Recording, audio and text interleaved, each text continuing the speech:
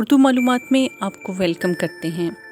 آج ہمارا ٹاپک ہے کہ منفی سوچوں سے کیسے نجات حاصل کریں اور دوسروں کے منفی رویوں کو کس طرح نظر انداز کریں۔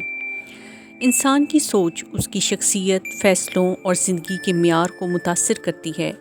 اگر انسان کی سوچیں مثبت ہوں تو زندگی ہموار اور پرسکون گزرتی ہے، لیکن اگر منفی خیالات ذہن پر حاوی ہو جائیں تو انسان اندر سے کمزور، پریشان اور مایوس ہو جاتا ہے۔ آج ہم دیکھیں گے کہ منفی سوچوں سے نجات کس طرح سے حاصل کریں۔ اپنی خوبیوں اور خامیوں کو پہچانیں اور خود کو ویسا ہی قبول کریں۔ یہ مثبت سوچ کا پہلا قدم ہے۔ خود پر تنقید کرنے کی بجائے خود کو بہتر بنانے کی کوشش کریں۔ روزانہ کی بنیاد پر ان چیزوں کو یاد کریں جن پر ہم اللہ کا شکر ادا کر سکتے ہیں۔ شکر گزاری انسان کے دل کو مطمئن کرتی ہے اور منفی خیالات کو کم کرتی ہے۔ فارغ دماغ شیطان کا گھر ہوتا ہے۔ دن میں مثبت سرگرمیوں کو تلاش کریں، جیسے کتابیں پڑھنا، ورزش کرنا، کسی اچھے موضوع پر لکھیں یا پھر کسی ہنر کو سیکھیں۔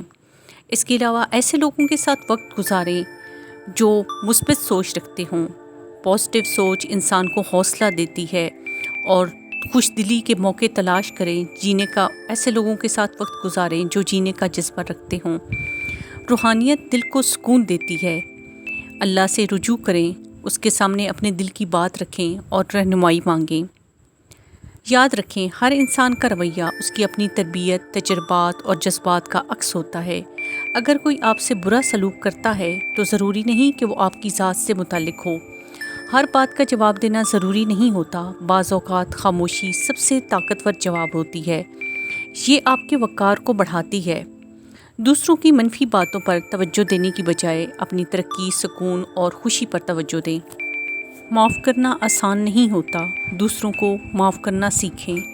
معاف کرنا دوسروں کے لیے نہیں بلکہ اپنے دل کے بوجھ کو ہلکا کرنے کے لیے ضروری ہے۔ معافی دل کو آزاد کرتی ہے۔ آپ کا دل دکھانے والے کبھی آپ سے معافی نہیں مانگیں گے، لیکن آپ اپنے دل کو اس بوجھ سے آزاد کریں جو تکلیف آپ دل میں لے کے پھر رہے ہیں۔ اپنی زندگی میں ایسے لوگوں کی حدود مقرر کریں جو بار بار آپ کے جذبات کو ٹھیس پہنچاتے ہیں، اور ہر ایک کو اپنی زندگی میں مداخلت کرنے کی اجازت مت دیں۔ منفی سوچ اور رویے انسان کی زندگی کا حصہ ہیں، لیکن ان پر قابو پانا ہمارے اختیار میں ہے۔ پازیٹیو سوچ، صبر، دعا اور اچھے لوگوں کی صحبت سے ہم اپنی زندگی کو بہتر اور پرسکون بنا سکتے ہیں اور کامیاب ہو سکتے ہیں۔ زندگی اللہ کی امانت ہے، اس کی قدر کریں۔